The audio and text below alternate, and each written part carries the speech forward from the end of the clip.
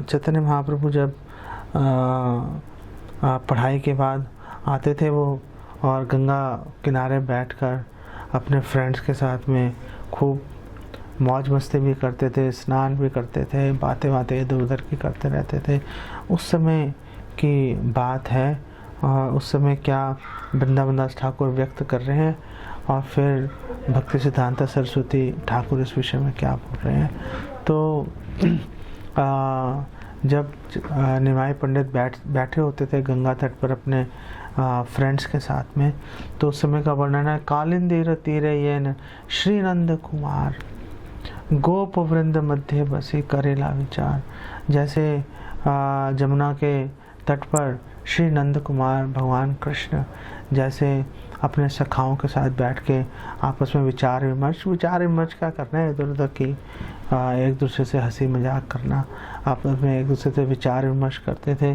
सही गोप वृंदा लई सही कृष्ण चंद्र बुझी द्विज रूपे गंगा तीरे करे रंग। और वही जो कृष्ण चंद्र है वही गंगा नदी के तट पर आकर अपने सखाओं के साथ बैठ के उसी तरह की वो लीला संपन्न कर रहे हैं। गंगा तीरे ये जने देखे प्रभु मुख सही पाए अति अनिर्वचनीय सुख। और जो भी चैतन्य महाप्रभु को, निमाई पंडित को, जो भी गंगा के तट पर वहाँ पर बैठे हुए अपने फ्रेंड्स के साथ में हंसी मजाक करते हुए, बातचीत करते हुए देख रहा था, उसको अनिर्वचनीय सुख मिल रहा था। इतना सुख मिल रहा था कि वर्णन नहीं किया जा सकता। यहाँ पर भक्ति सिद्धांत सरस्वती ठाकुर इसकी टीका में बोल रहे हैं, जो 3-4 प्रयार है, बोल रहे हैं कि महाप्रभु जो हैं वो गंगा तट पर अपने स्टूडेंट्स जो हैं, छात्रों के साथ बैठते थे, और वो कह रहे हैं कि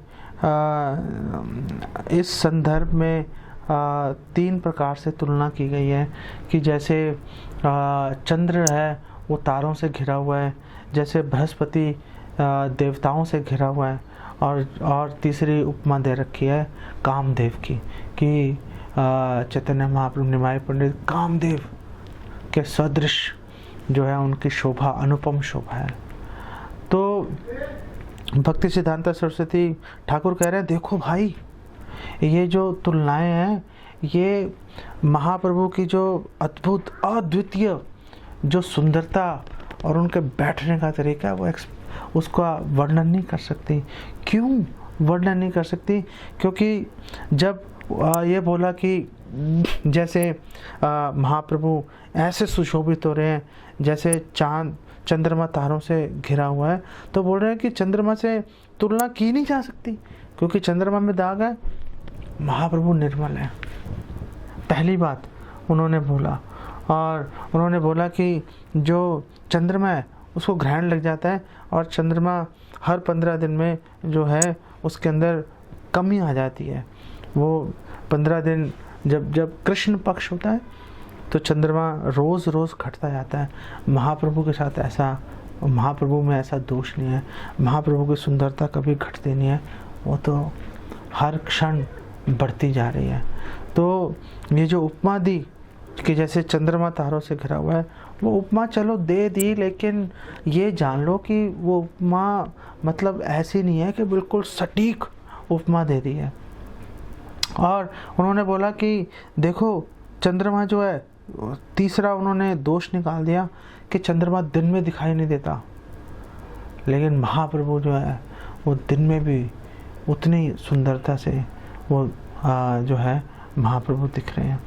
और बृहस्पति जैसे बृहस्पति देवताओं के बीच में बैठे हुए हैं, एफल्जेंट एकदम प्रकाशमान हो रहे हैं, तो उसकी तुलना के बारे में भी भक्ति सिद्धांत सरस्वती कह रहे हैं कि वो भी तुलना इतनी खास नहीं है, क्योंकि जो बृहस्पति हैं वो केवल देवताओं के हित की बात करते हैं, जो असुर हैं उनके हित की बात नहीं करते वो। लेकिन जो महाप्रभु हैं वो सुर असुर, जो नास्तिक है आस्तिक है, जो भक्त है अभक्त है, सभी के गुरु हैं श्री चैतन्य महाप्रभु। वो किसी में कोई भेदभाव नहीं कर रहे।